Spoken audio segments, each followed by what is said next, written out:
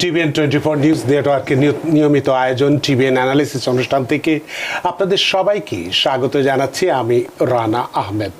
সুপ্রিয় দর্শক, আপনারা এই মুহূর্তে যারা ঘরে টেলিভিশন সেটের সামনে বসে অনুষ্ঠানটি দেখছেন কিংবা আরেকটু পরে টেলিভিশন সেটের সামনে বসে আপনাদের এই প্রিয় অনুষ্ঠানটি উপভোগ করবেন, কিংবা এই মুহূর্তে যারা ফেসবুক লাইভে ঢুকেছেন অথবা আরেকটু পরে ফেসবুক লাইভে ঢুকবেন, কিংবা আরও পরে সময় সুযোগ মতো যারা ইউটিউবে এই অনুষ্ঠানটি দেখবেন, তাদেরকেও আগাম স্বাগত জানিয়ে রাখি।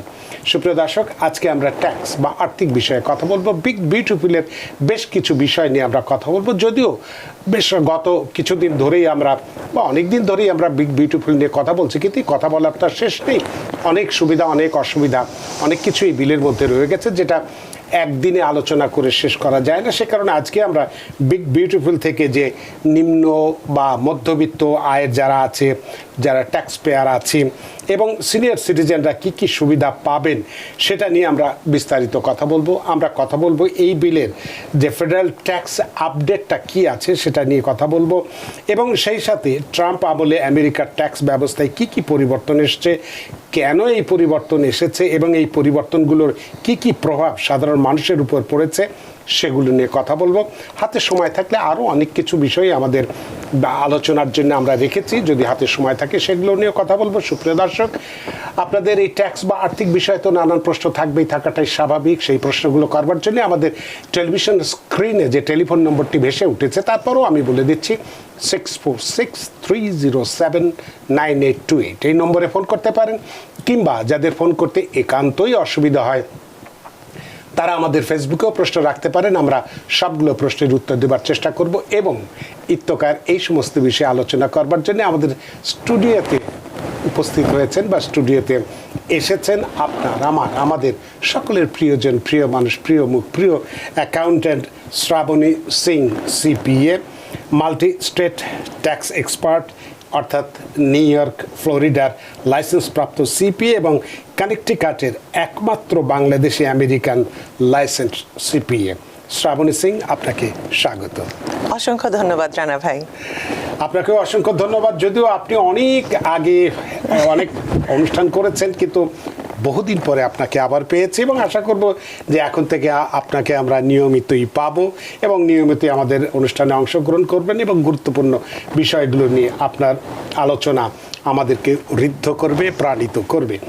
তো আজকে আমরা আলোচনায় যেটা বললাম যে বিগ বিউটিফুল বিল থেকে নিম্ন মধ্যবিত্ত আয়ের ট্যাক্স পেয়ার এবং সিনিয়র সিটিজেনরা কি কি সুবিধা পাবেন, এটা নিয়ে বিস্তারিত কথা বলার আগে এই তিনটি শ্রেণী যারা আমরা আছি তাদের উপরে এই বিলের প্রভাবটা কি ধরনের পরিস্থিতি এই বিলে আছে সেটা নিয়ে একটু ভূমিকা আমি দিতে চাই। সুপ্রিয় দর্শক, আজকের অনুষ্ঠানে আমরা এমন এক চর্চিত বিলের গল্প নিয়ে কথা বলবো যা পাশ হয়েছে কংগ্রেসের উভয় কক্ষে গত জুলাই মাসে, এবং প্রেসিডেন্ট ট্রাম্পের স্বাক্ষরের মধ্যে দিয়ে তা কিছুদিন হলো কার্যকরীও হয়েছে।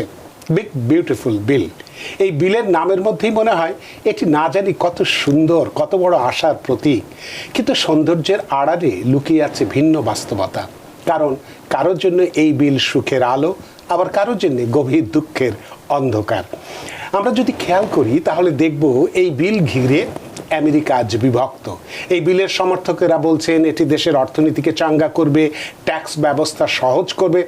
আবার সমালোচকেরা বলছেন এটি আসলে ধনীদের জন্য বড় সুন্দর উপহার, সাধারণ মানুষের জন্য নয়। কারণ নিম্ন আয়ের মানুষেরা যারা প্রতিদিন কঠোর পরিশ্রম করে সংসার চালান, তাদের জন্য এই বিল থেকে খুব একটা সুবিধে নেই।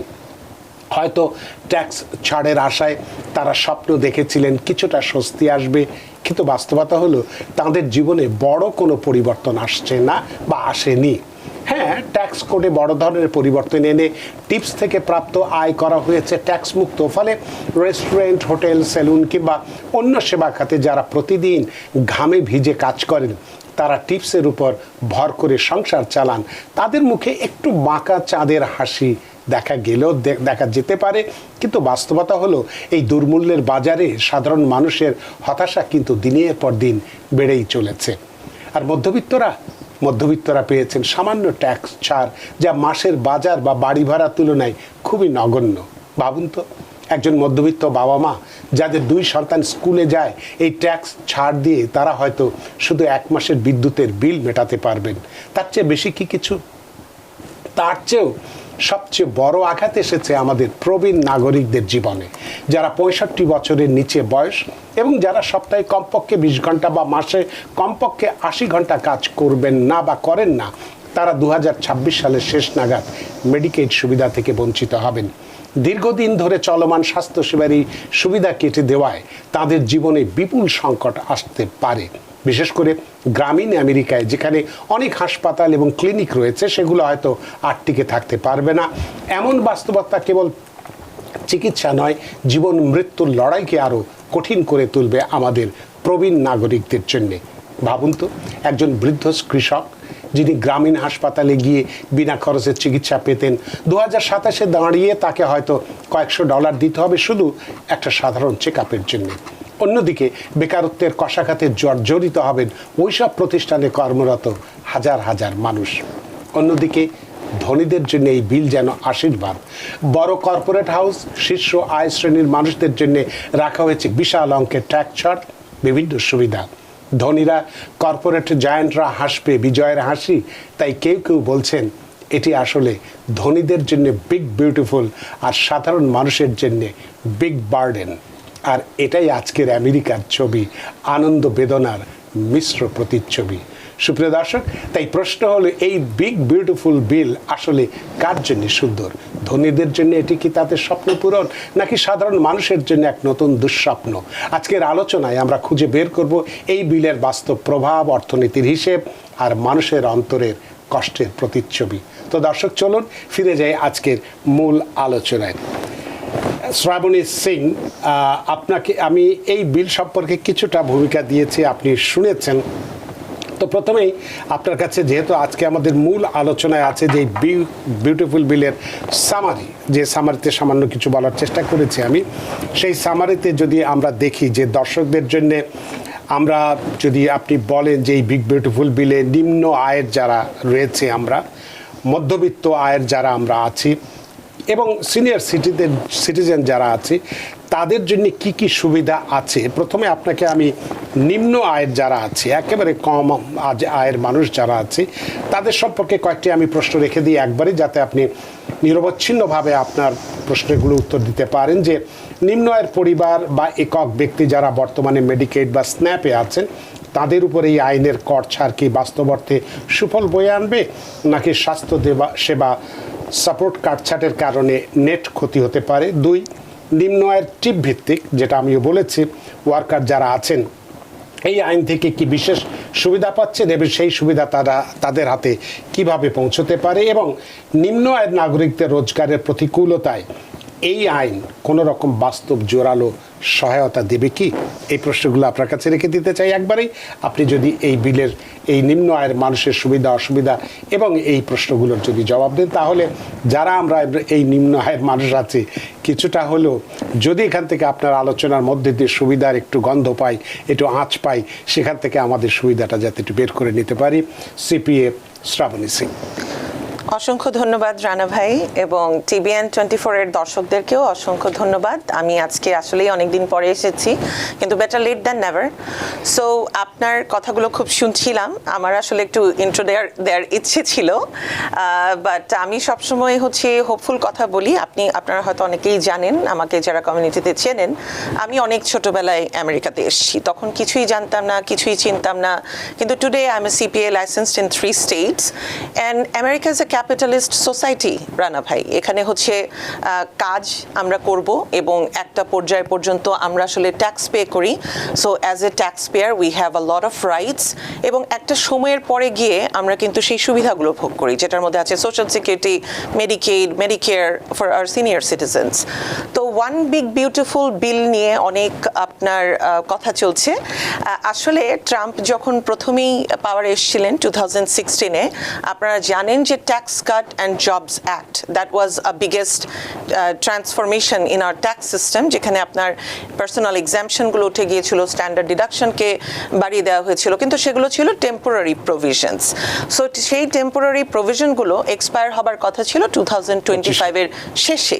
তো ট্রাম্প যখন নির্বাচনী প্রচারণা করছিলেন, তার নির্বাচনী প্রচারণার একটা ম্যানিফেস্টোই ছিল this bill, his tax policy. He promise that he will make tips tax free, he will make overtime wage tax free, and then he will make social security tax free, or somewhat like beneficial for our senior citizens. তো সেই নির্বাচনী প্রচারণার যে প্রতিশ্রুতিগুলি তিনি দিয়েছিলেন, সেটা থেকেই তিনি এই বিগ বিউটিফুল বিলটাকে ইন্ট্রোডিউস করেছেন, and then finally he signed it July 4th. We all know that. তো আসলে একদম নিম্ন আয়ের জন্য সুবিধাটা কি, সেটা হচ্ছে lower tax rate and standard deduction increase.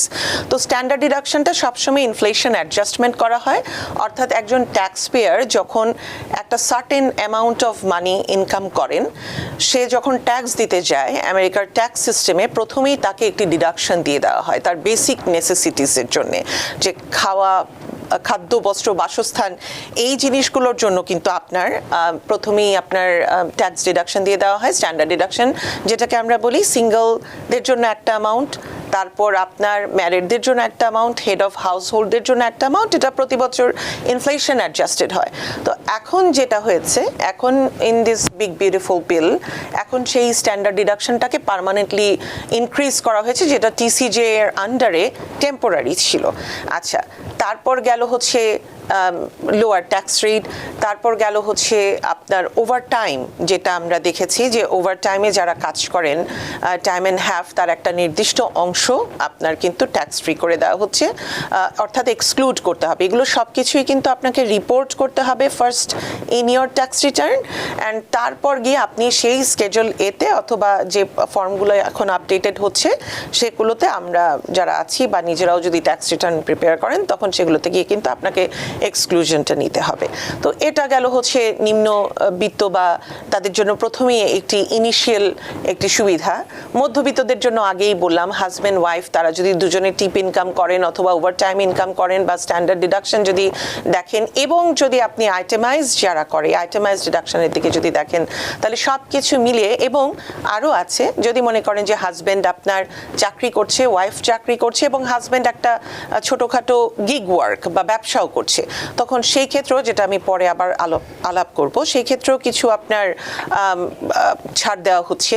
তো সেই ক্ষেত্রে it all depends on planning and your intention. আপনি একটু আগেই বলেছিলেন যে মেডিকেড বা বিভিন্ন রকমের সুবিধা একটি রুরাল এরিয়াতে কি করে এই জিনিসগুলো পৌঁছবে। ওয়ান বিগ বিউটিফুল বিলের আন্ডারে $50 billion was set aside for rural areas health sector, অর্থাৎ প্রত্যন্ত অঞ্চলে, রিমোট অঞ্চলে যে সমস্ত হাসপাতালগুলো আছে, যে সমস্ত স্বাস্থ্য প্রতিষ্ঠানগুলো আছে, সেই স্বাস্থ্য প্রতিষ্ঠানগুলোর ইনফ্রাস্ট্রাকচারকে ডেভেলপ করার জন্য, আরও বেটার বিল্ড করার জন্য কিন্তু $50 billion এই বিলে আলাদা করে রেখে দেওয়া আছে। সেটা আলাদা করে রাখা আছে বুঝলাম, কিন্তু যেখানে বয়োজ্যেষ্ঠ আগে মেডিকেড পাওয়ার ক্ষেত্রে, কারণ আমাদের চিকিৎসা ব্যয় তো আমরা করে থাকি সাধারণত ইন্স্যুরেন্সের মধ্যে দিয়ে, এবং সেটা মেডিকেড থেকেই সবচেয়ে বেশি করে থাকি। তো সেখানে তো এখানে শর্ত দেওয়া হয়েছে যে 65-র নিচে যারা আছে, হ্যাঁ 18 থেকে 64, তো তারা যদি কমপক্ষে সপ্তাহে 20 ঘন্টা বা মাসে 80 ঘন্টা কাজ না করে, তাহলে মেডিকেড সুবিধা পাবে না। তো 18 থেকে 24 বা যারা 40 বা 45 ধরে নিলাম, এরা হয়তো এটা করেন। তো 40-45-এর পর থেকে 65 পর্যন্ত বা 64 পর্যন্ত অনেক মানুষ কিন্তু কাজ না করেই অন্যান্য সুবিধাগুলো নিত। তাহলে তাদের ক্ষেত্রে এই যতই আপনি ইনফ্রাস্ট্রাকচার করেন, রুগী যদি সেখানে না যায়, আমার হাতে যদি টাকা না থাকে, আমি যদি স্বাস্থ্যসেবা, আমার রোগ হয়েছে, আমি যদি হাসপাতালে না যাই, তাহলে এই যে গ্রামীণ এলাকার বা যেগুলো আমরা বলছি গ্রামের যে হাসপাতালগুলো হোক বা ক্লিনিকগুলো, এগুলো সার্ভাইভ করবে কিভাবে? সেটাই এখানে আসলে আমি আসলে একজন tax professional, so I have to take a neutral stand. আমি কোনো পলিটিক্যাল মানে ইয়েতে যাব না, সাইড নেব না, হ্যাঁ, এবং আমি কখনোই একটি জিনিসকে সম্পূর্ণভাবে রাইট অফ করে বলবো না যে this is all bad or this is really good.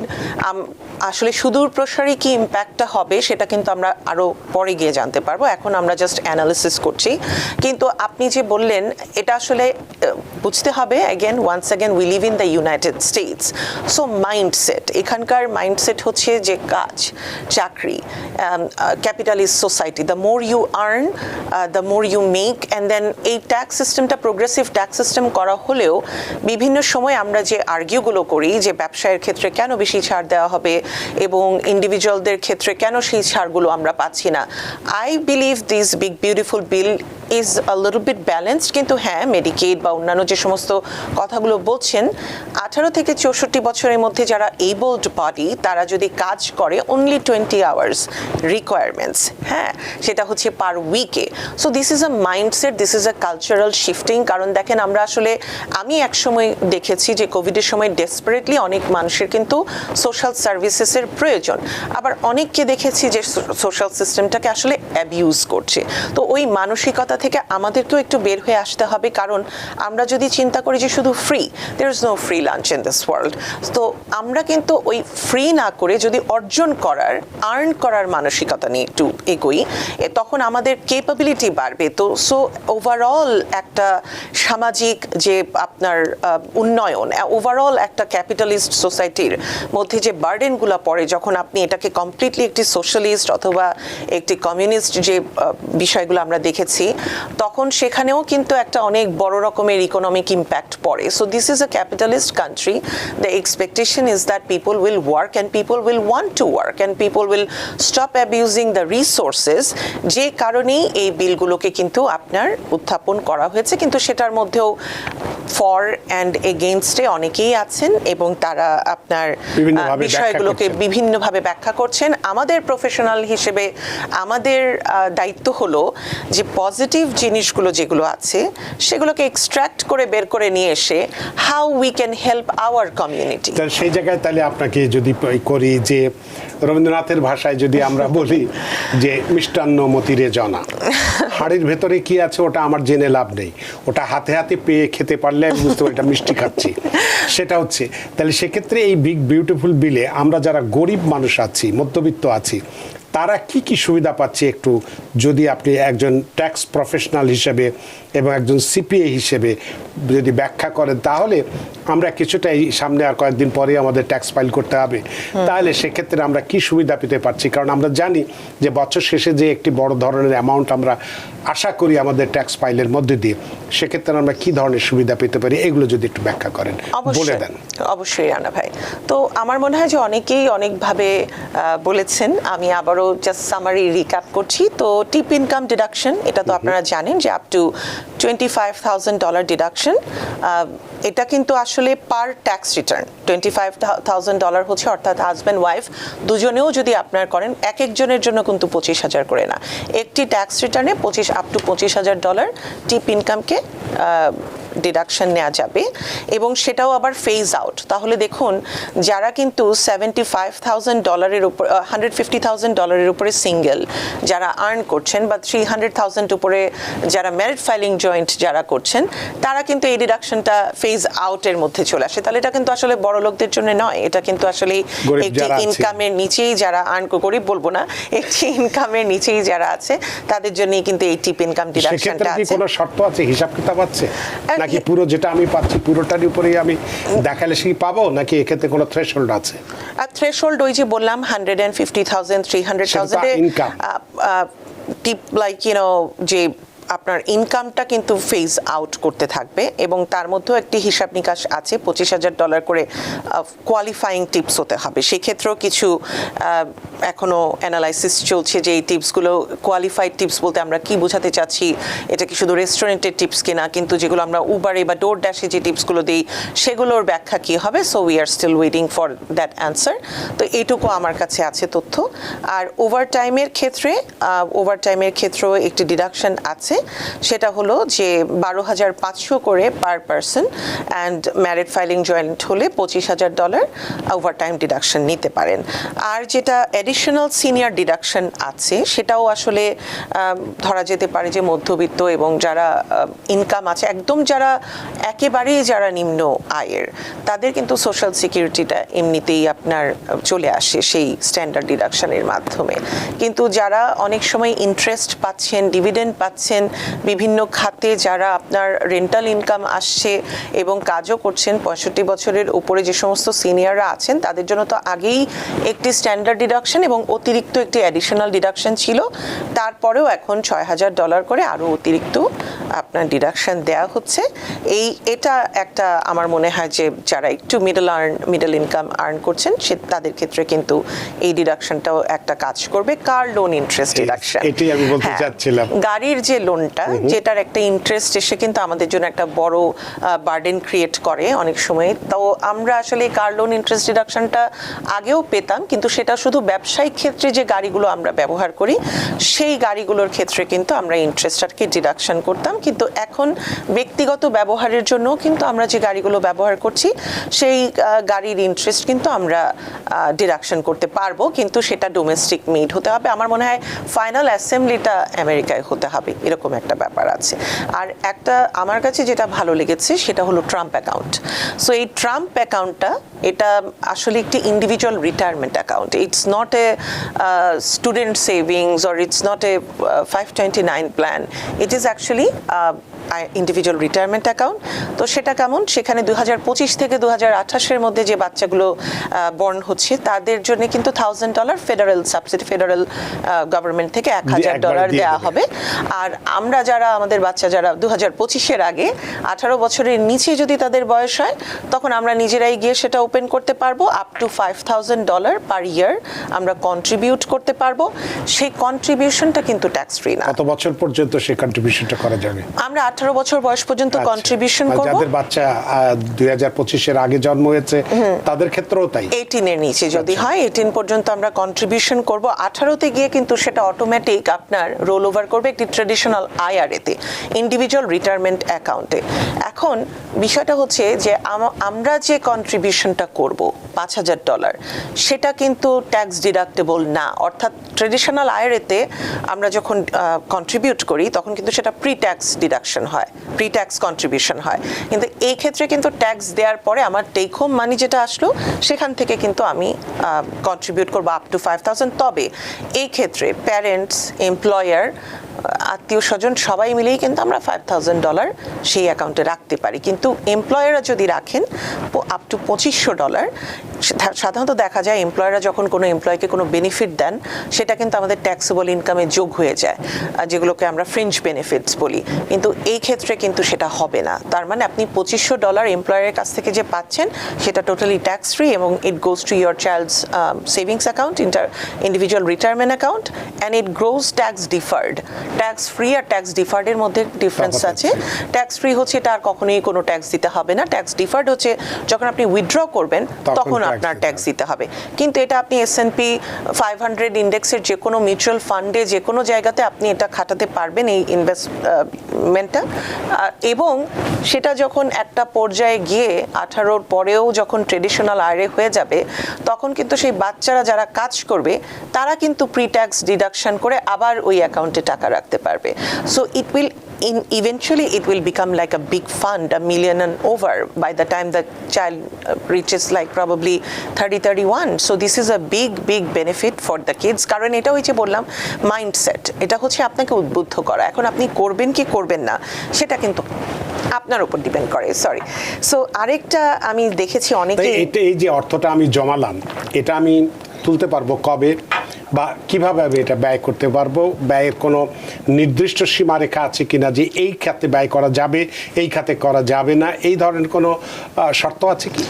না, এটা আপনি ইন্ডিভিজুয়াল রিটায়ারমেন্ট অ্যাকাউন্ট যদি আপনি এটাকে ইন্ডিভিজুয়াল রিটায়ারমেন্ট অ্যাকাউন্ট হিসেবে ট্রিট করেন তাহলে অটোমেটিক যেটা আপনার রোল ওভার হয়ে গেল, তখন কিন্তু এমনিতেও আমরা ট্রেডিশনাল আয়ের ক্ষেত্রে কিছু কিছু ক্ষেত্রে ট্যাক্স বেনিফিট পাই। যেমন মনে করেন যে ফার্স্ট টাইম হোম বায়ার, অথবা আপনার কলেজ ফান্ডিং, অথবা আপনার মেডিকেল বিল পারপাসে। তো এই সমস্ত ক্ষেত্রে যদি আপনি এটাকে উইথড্র করেন তখন কিন্তু সেখানে আপনার ট্যাক্স সুবিধা পাওয়া যাবে। কিন্তু এই জায়গাতে অনেকে আপনার আর্গিউ করছে যারা বিপক্ষে, ট্রাম্পের বিপক্ষে, বিলের বিপক্ষে, সবসময় সব কিছুর বিপক্ষে, তারা বলছে যে আসলে 529 plan is there, college savings is there, already the market is so overcrowded with so many savings account, তাহলে আবার এটার এমন কি বিশেষত্ব?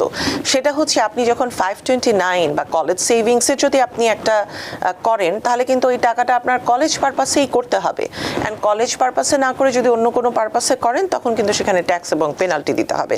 কিন্তু আবার অনেক সময় কিন্তু বাচ্চারা দেখা যায় যে individual custodial IRA, individual retirement account করে এই দেশে বাচ্চাদের জন্য, হ্যাঁ, কিন্তু সেক্ষেত্রে বাচ্চারা যে সামার জব করে সেই টাকাগুলো সেখানে $7,000 মতো তাদের ইনকাম থাকতে হয়, সেই ইনকামটা কিন্তু তারা ওইখানে তখন দিতে পারে, খাটাতে পারে। কিন্তু এই ক্ষেত্রে কিন্তু it doesn't matter how much a parent makes, it doesn't matter how much the kids are making, this is an opportunity. It is considered, it is labeled as an individual retirement account and it's growing.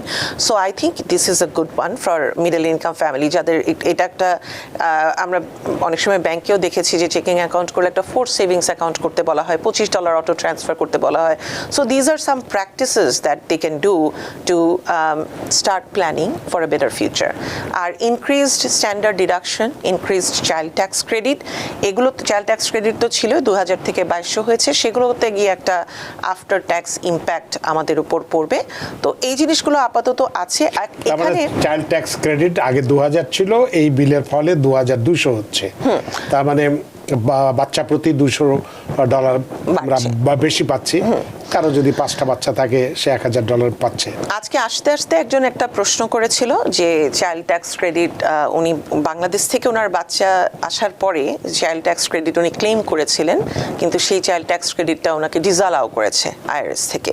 তো এটা কেন হলো? এটার কারণ হতে পারে যে আপনার বাচ্চা যখন বাংলাদেশ থেকে আসবে, remember as long as that's your child, as long as that child is a US citizen, US resident, alien, that child is qualified for child tax credit. আবার রেসিডেন্সি রিকোয়ারমেন্টস আছে, অর্থাৎ the child has to live with you more than half of the ইয়ার।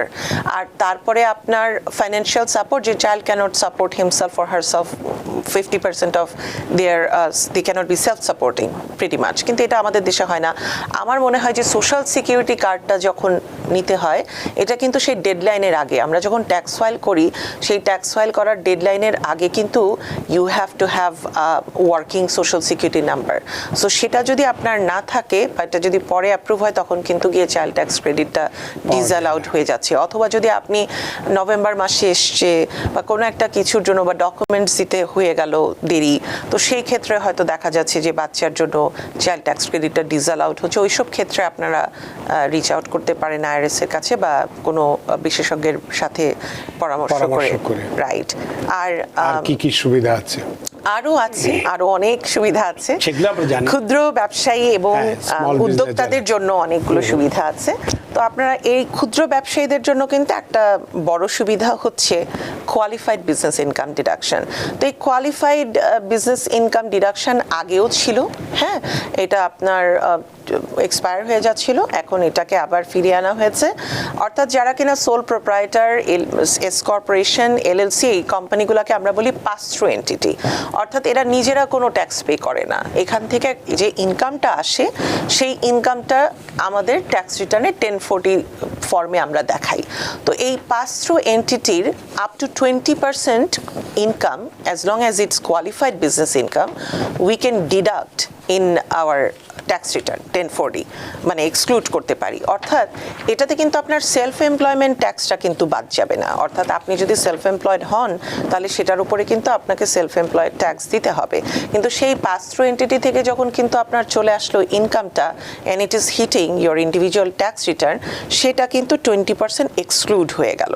তাহলে this is call qualified business income deduction. অর্থাৎ যারা gig worker অথবা যাদের একটা side business আছে তারা আর্ন করবে, কিন্তু এই আর্নিংয়ের উপরে কিন্তু তাদের 20% মওকুফ হয়ে যাবে এবং সেক্ষেত্রে আপনার আরও একটা ব্যাপার আছে, সেগুলো মওকুফ হবার পরে কিন্তু আলটিমেটলি ট্যাক্সেবল ইনকামটা কমে আসবে। অ্যান্ড ট্যাক্সেবল ইনকাম যখনই কমবে তখন আপনার ট্যাক্সের বার্ডেনটা কমবে।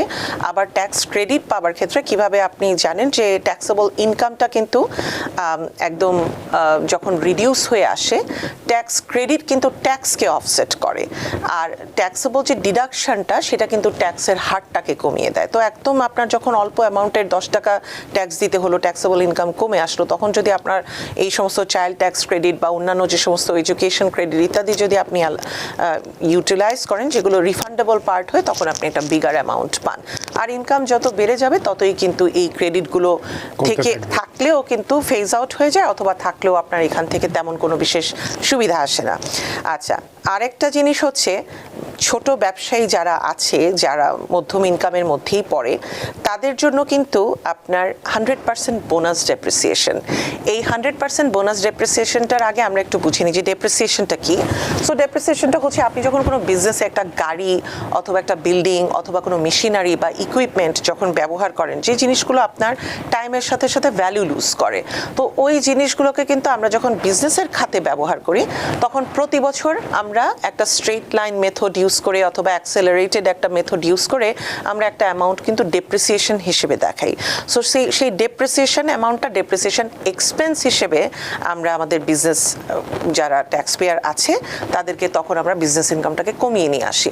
তো এখন দেখা যাচ্ছে যে 100% বোনাস ডেপ্রিসিয়েশনটাকে যেহেতু আবার রিইন্ট্রোডিউস করা হয়েছে, সেই ক্ষেত্রে আপনি প্রথম বছর একটা মেশিনারি, একটা ইকুইপমেন্ট কিনলেন, সাথে সাথে কিন্তু সেই অ্যামাউন্টটা আপনি পুরোপুরি ডিডাকশন নিতে পারছেন। অর্থাৎ আপনাকে যে 5 বছর 10 বছর অল্প অল্প করে যে আপনাকে ডেপ্রিসিয়েশন সেখান থেকে বাদ দিতে হতো, সেটা হচ্ছে না। যে ইনকাম থেকে একটু একটু করে আপনি এক্সপেন্স দেখাচ্ছেন, সেটা না, you have the option to deduct first year. And সেক্ষেত্রে অনেকে উড়োজাহাজ, মানে yacht and all this things they are buying and they are depreciating. তো সেক্ষেত্রে আবার আপনি বলবেন যে কেন, এটা তো তাহলে বড় লোকদের জন্য হয়ে গেল।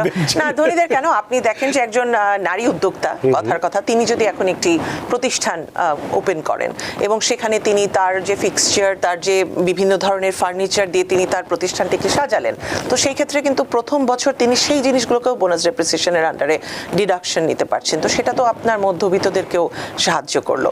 আর তাছাড়া আপনার এই যে ডেপ্রিসিয়েশন যখন আপনি নিবেন, তখন কিন্তু মনে রাখতে হবে যে এই জিনিসটাকে কিন্তু ইউজ হতে হবে বিজনেসের জন্য এবং owned by the business, and this property, this equipment must have a determinable useful life and more than 1 year of useful life. তো এই বোনাস ডেপ্রিসিয়েশনটা আমার কাছে অনেক ভালো লেগেছে। আবার আমরা দেখি যে এগুলো তো গেল ট্যাঞ্জিবল প্রপার্টির কথা, বিভিন্ন ইনট্যাঞ্জিবল প্রপার্টি আছে, যেমন ধরেন প্যাটেন্ট, কপিরাইট অথবা রিসার্চ অ্যান্ড ডেভেলপমেন্ট কস্ট, যেটা আমাদের এখন দেখা যাচ্ছে যে আইটি উদ্যোক্তা এবং বিভিন্ন কোম্পানি, মনে করেন যে একটা pharmaceutical company, they are developing a product, somebody is developing a process, someone is developing a computer software. তো সেসব ক্ষেত্রে কিন্তু সেই রিসার্চ অ্যান্ড ডেভেলপমেন্ট কস্টটাকেও কিন্তু আপনার এখন ওই অ্যামোটাইজ করে ধীরে ধীরে এটাকে আমরা অ্যামোটাইজেশন বলি, যেহেতু এটা আপনার ইনট্যাঞ্জিবল অ্যাসেটের ক্ষেত্রে, ডেপ্রিসিয়েশনটাকে বলি আমরা ট্যাঞ্জিবল অ্যাসেটের ক্ষেত্রে।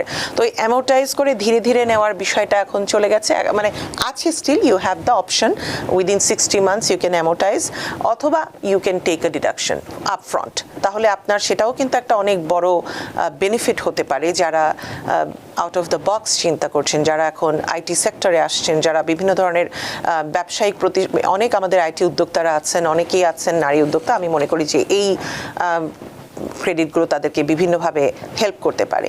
আরও একটা আছে credit for child care subsidy. So কোনো এমপ্লয়ার, কারণ এই জিনিসগুলো দেখেন যে ইনোভেটিভ, কারণ আমরা তো সেই ব্রিক অ্যান্ড মর্টার বিজনেস অনেক, এখন মনে করেন যে টিভিএন 24-এ আপনি একটা চাইল্ড কেয়ারের ব্যবস্থা করলেন, যারা ওয়ার্কিং মাদার্স যারা এখানে আসবে তাদের জন্য একটা চাইল্ড কেয়ারের ব্যবস্থা হলো। তো সেই ক্ষেত্রে কিন্তু credit for childcare subsidy. Of course, I really would like to see that TBN24 takes my advice. Anyway, employer যদি এমপ্লয়ীদের জন্য চাইল্ড কেয়ার সার্ভিস প্রোভাইড করেন অন সাইট বা অফ সাইট, সেই ক্ষেত্রে কিন্তু আপনার এই সুবিধা child care up to $150,000 credit দেওয়া হয় এমপ্লয়ারদের ক্ষেত্রে। তো সেটা কেমন, সেখানে যদি আপনি একটা বিজনেস মানে আপনি একটা প্রপার্টি বিল্ড করলেন, কনস্ট্রাক্ট করলেন as a child care facility, যেটা আমরা বিগ ফোর অ্যাকাউন্টিং ফার্মে যখন কাজ করেছি আমাদের জন্য দেওয়া হতো, সেই সমস্ত জায়গায় কিন্তু আপনার তখন সেটা তারা ক্রেডিট নিতে পারে। অথবা আপনি যদি রেফারেল সার্ভিস দেন, আপনি যদি কোনো চাইল্ড কেয়ার সংস্থার সাথে কাজ করেন, সেক্ষেত্রেও কিন্তু আপনি ক্রেডিটগুলো নিতে পারেন। ওখানে যদি আপনার একটা রিটেন প্ল্যান থাকে যে how you are providing this help for your employees the child care services. অবশ্য আমি তো আর চাইল্ড কেয়ার মানে আমি আপনাদের এমপ্লয়ি না, তো সেই ক্ষেত্রে আমাকে দেখতে হবে যে যারা আপনাদের এখানে গেস্ট আসে তাদের জন্য যদি আপনার this is just a thought, you know, but so these are all innovative, বিভিন্ন ধরনের creative ways to expand your business, to build the community, to expand your business. So I am hopeful always. Let's see. এক্ষেত্রে আমরা দেখছি আপনি অনেকগুলো সুবিধার কথা বললেন, কিন্তু এর মধ্যে যে সুবিধাগুলো আমরা পেতাম সেটাও তো দেখা যাচ্ছে যে শেষ এই 30শে সেপ্টেম্বরের পরেও তো চলে গেল, যেটা আমরা গাড়ির ক্ষেত্রে পেয়ে থাকি, বিশেষ করে ইলেকট্রিক ভেহিকেলের ক্ষেত্রে যেটা সুবিধাটা আমরা পেয়েছি। এই ব্যাপারে আপনার তাহলে কি বক্তব্য হতে পারে? কারণ আমাদের এই আমেরিকায়, নিউ ইয়র্কে না হয় আমাদের পাবলিক ট্রান্সপোর্ট অনেক কিছু আছে, সেক্ষেত্রে সুবিধাটা আমরা পেয়ে থাকি, কিন্তু আপনি যদি আপনার কানেকটিকাটের কথাই বলেন, সেখানে কি একটি গাড়ি ছাড়া আপনি চলতে পারবেন? তাহলে এক্ষেত্রে একটা বড় সুবিধা আমরা পেয়েছিলাম, সেটা তো বন্ধ করে দেওয়া হলে এটাকে আপনি কিভাবে দেখবেন, বা এটা আরও পাওয়ার সুযোগ আছে কিনা? এখন আরো পাবার সুযোগটা তো আর আপাতত জানা নেই, কিন্তু ইভি ট্যাক্স ক্রেডিটটা তো এখন এক্সপায়ার হয়ে গেছে। এটার কারণ হচ্ছে যে আমেরিকার manufacturing industry took a nose dive, you know, so to মানে stimulate the manufacturing industry to because you know when Donald Trump came into power, his motto was America first, and America's এগুলো তার সব নির্বাচনী প্রচারণার manifesto ছিল যে he wants to help the manufacturers in the United States, and দেখেন সেই কারণেই কিন্তু ইন্টারেস্ট ডিডাকশন দেওয়া হচ্ছে, আমেরিকা নিয়ে আসতে চাচ্ছে এখানে to divert back the income and everything. All these big cars are being made in different parts of the world, so ওই জায়গা থেকে ইভি ক্রেডিটটাকে কমিয়ে দিয়ে ম্যানুফ্যাকচারারদের জন্য কিন্তু বিভিন্ন ধরনের আপনার সুযোগ সুবিধা এবং ক্রেডিট দেওয়া হচ্ছে। তো সেটাতে যদি আপনি আমেরিকা মেড গাড়ি কেনেন, এখনও আপনি সেই সুবিধাগুলো পেতে পারেন। তো রিয়েল এস্টেট ট্যাক্সের ক্ষেত্রে যদি আমরা আসি, যে এটা যে প্রাথমিক বা আমাদের প্রাইমারি যেটা রেসিডেন্স যেটাকে আমরা বলি, সেটা এটা যদি বাড়ি বিক্রি করলে কি ধরনের এক্সক্লুশন পাওয়া যাবে বা কি শর্ত আছে এই বিলের মধ্যে, আপনি যদি একটু ব্যাখ্যা করেন, তাহলে যারা বাড়ির সঙ্গে বা রিয়েল এস্টেটের সঙ্গে ব্যবসা যারা আছে তারা অন্তত কিছুটা বুঝতে পারবে সামনে, যেহেতু আমাদের ট্যাক্স সিজন আছে। এই ক্ষেত্রে একটু ব্যাখ্যা করুন। আসলে বাড়ি আপনার যখন কেউ কেনে, এটা যদি প্রাইমারি ইউজের জন্য একটা বাড়ি কেনা হয়, তখন যদি আপনি সেই বাড়িটাতে যদি 5 বছরের মধ্যে যদি 2 বছর থাকেন এবং এটা যদি আপনি আপনার প্রাইমারি রেসিডেন্স পারপাসে ইউজ করেন, তো সেই বাড়িটা যখন আপনি বিক্রি করবেন, তখন আমরা যখন বাড়ি বা রিয়েল প্রপার্টি যখন বিক্রি করি, তখন আমরা কিন্তু আসলে ক্যাপিটাল গেইন আমরা নেই আর কি। তো সেই ক্যাপিটাল গেইনটা আপনার এক্সক্লুডেড হয়, সেটার জন্য আপনাকে কিন্তু IRS এর এই রুলগুলোকে ফার্স্ট জানতে হবে যে it has to be your first time house, and then you also have to live there 2 out of 5 years। তো সেই ক্ষেত্রে আপনার ম্যারিড ফাইলিং জয়েন্টের ক্ষেত্রে এবং সিঙ্গেল ফাইলারদের ক্ষেত্রে ওনারশিপ টেস্ট এবং ইউজ টেস্ট আপনি যদি মিট আপ করতে পারেন, $2,50,000 এবং ম্যারিড ফাইলিং জয়েন্টের ক্ষেত্রে $5 লাখ পর্যন্ত আপনি ক্যাপিটাল গেইন এক্সক্লুশন নিতে পারেন। কিন্তু আরও একটা ব্যাপার আছে, আপনি যদি একটি বাড়ি বিক্রি করে একটি নির্দিষ্ট সময়ের মধ্যে যে টাকাটা আপনার প্রসিড হলো, সেই টাকাটা দিয়ে আপনি যদি আরেকটি বাড়ি কেনেন, সেটাকে আমরা বলি 1031 এক্সচেঞ্জ, সেই ক্ষেত্রেও কিন্তু আপনি ওই গেইনটাকে ডিফার করতে পারেন। অর্থাৎ আপনি যখন একটা বাড়ি কিনলেন, সেই বাড়িটা বিক্রি করলেন এবং সেটা থেকে একটা প্রসিড আসলো, এটা একটা হিউজ অ্যামাউন্ট হয় সাধারণত যখন ইকুইটি থাকে। তো সেটার উপরে আপনাকে কিন্তু ক্যাপিটাল গেইন ট্যাক্স দিতে হয়, অর্থাৎ অর্ডিনারি ইনকামের ওপর যে ইনকাম ট্যাক্স আমরা দেই ক্যাপিটাল গেইনে কিন্তু সেটার একটু কম, কিন্তু তারপর আপনার ইটস এ হিউজ অ্যামাউন্ট। কিন্তু যখন আপনি বাড়িটাতে থাকছেন, এক তো গেল আপনি এক্সক্লুড করতে পারেন সেই ক্যাপিটাল গেইনটা আপনার ইনকাম থেকে, আর দ্বিতীয়ত আরেকটা জিনিস যেটা আপনি করতে পারেন সেটা হচ্ছে যে আপনি যদি এক্সচেঞ্জ করেন 1031, অর্থাৎ I sold this house but I am going to use the proceed to buy a similar property within a certain amount of time, and আমি কিন্তু ওই বাড়িটা আসলে একটা নির্দিষ্ট অ্যামাউন্টের মধ্যে কিনতে হবে, এবং যখন যে ইকুইটিটা আপনি পাচ্ছেন অর্থাৎ আপনার যে সেলিং প্রাইস সেখানে যে ইকুইটি এবং যদি আপনার এক্সিস্টিং মর্গেজ থাকে সেটার কিন্তু ওপরে যেতে হবে নেক্সট। সো 1031 এক্সচেঞ্জের মাধ্যমেও কিন্তু আপনি একটা বড় এক্সক্লুশন পেতে পারেন, সেটা একটা আপনার আছে আর কি বাড়ির ক্ষেত্রে। আর ওই রিয়েল এস্টেট ট্যাক্সের কথাটা একটু বলে নিই, সল্ট যে ট্যাক্স, হ্যাঁ স্টেট অ্যান্ড লোকাল ট্যাক্স, এটা আগেও ছিল up to $10,000 you can deduct যখন আপনি, এটা তো বেড়েছে এবার। হ্যাঁ, আপনি যখন আইটেমাইজ ডিডাকশন করবেন তখন কিন্তু আপনি দেখা যাচ্ছে স্ট্যান্ডার্ড ডিডাকশন একরকম, কিন্তু আপনি ওই রিয়েল এস্টেট ট্যাক্স, তার সাথে যদি আপনার মেডিকেল এক্সপেন্সেস থাকে এবং তার সাথে যদি আপনি চ্যারিটেবল কন্ট্রিবিউশন অ্যাড করেন তখন আইটেমাইজ ডিডাকশনের মাত্রাটা মানে অ্যামাউন্টটা স্ট্যান্ডার্ড ডিডাকশনের থেকে অনেক বেশি বেড়ে যায়। So that time you can take the itemize deduction. এখন যেটা হয়েছে, এখন $40,000 up to state and local tax deduction দিয়ে দেওয়া হচ্ছে। তো যারা বাড়ির মালিক আমাদের কমিউনিটিতে অনেকেই, তারা কিন্তু আপ টু $40,000 যদি ট্যাক্স ডিডাকশন নিতে পারে তো সেই ক্ষেত্রে কিন্তু আপনার সেটা একটা বিগ আফটার ট্যাক্স ইম্প্যাক্ট আসে। তো this is what I have for real estate for now. বিস্তারিতভাবে ব্যাখ্যা করেছেন। জাস্ট 1-2 মিনিট আমাদের হাতের সময় আছে, ছোট্ট একটি বিষয় নিয়ে কথা বলতে চাই, সেটি হচ্ছে যে নন প্রফিট অর্গানাইজেশন যেগুলো আছে বা অলাভজনক সংস্থা যেগুলোকে আমরা বলি, এগুলো কিভাবে সংগঠিত হতে পারে এবং তাদের ক্ষেত্রে সুবিধা বা অসুবিধাগুলি কি 2 মিনিটে বলতে? আচ্ছা, sure. So not for profit organization I am a big fan, কারণ এটা একটা ফিলান্থ্রপিক অ্যাক্টিভিটি।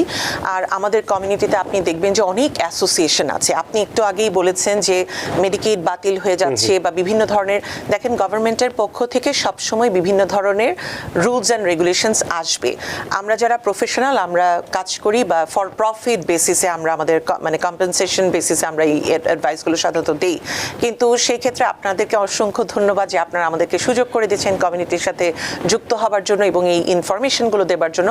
কিন্তু নট ফর প্রফিট কিন্তু এখানে একটি ভূমিকা রাখতে পারে। নট ফর প্রফিট অর্গানাইজেশনগুলো কিন্তু এই ধরনের ইনফরমেশন সেমিনার করতে পারে, যেটা আমরা অনেক দেখেছি আমাদের কমিউনিটিতে, বিভিন্ন legal seminar, immigration seminar, tax seminar আমিও নিজেও করেছি। তো সেই ক্ষেত্রে কিন্তু আমরা তখন সেই নট ফর প্রফিটের ব্যানারে we can do all this things. তো এই জিনিসগুলোকে করতে হলে you must organize your not-for-profit and you take the federal exemption from the IRS. Otherwise আপনি যে নট ফর প্রফিটের আন্ডারে যে কাজগুলো করছেন এটা করার জন্য তো আপনাকে গ্রান্ট মানে আপনাকে চাঁদা নিতে হচ্ছে বা কারো কাছ থেকে স্পন্সর নিতে হচ্ছে, কিন্তু সেই জিনিসগুলো কিন্তু তখন আপনার একটা মানে you have an organization but you did not tell the IRS that this is a not for profit base and you did not take the exemption. So now the donations and everything that you are taking, this is not going to be tax free. And also যারা আপনাকে এই ডোনেশনগুলো দিচ্ছে তারাও কিন্তু এই charitable কন্ট্রিবিউশনগুলো তারা দেখাতে পারছে না তাদের ট্যাক্স রিটার্নে। তা আমি মনে করি আমাদের যে নট ফর প্রফিট অর্গানাইজেশনগুলো আছে তাদের এক্সাম স্ট্যাটাস নেওয়াটা খুব দরকার, এবং স্টেট লেভেলে প্লাস আপনার ফেডারেল লেভেলে, and they can become more organized and they can also extend help. আমাদের মতো যারা আছেন প্রফেশনাল আমাদেরকেও তারা সামনে নিয়ে আসতে পারেন, এবং তখন কিন্তু সেখান থেকে আমরা কমিউনিটি সার্ভিসগুলো দিয়ে কমিউনিটিকে আমরা অনেক সাহায্য করতে পারি। অনেক ধন্যবাদ শ্রাবণী সিং আপনার এই চমৎকার আলোচনার জন্য।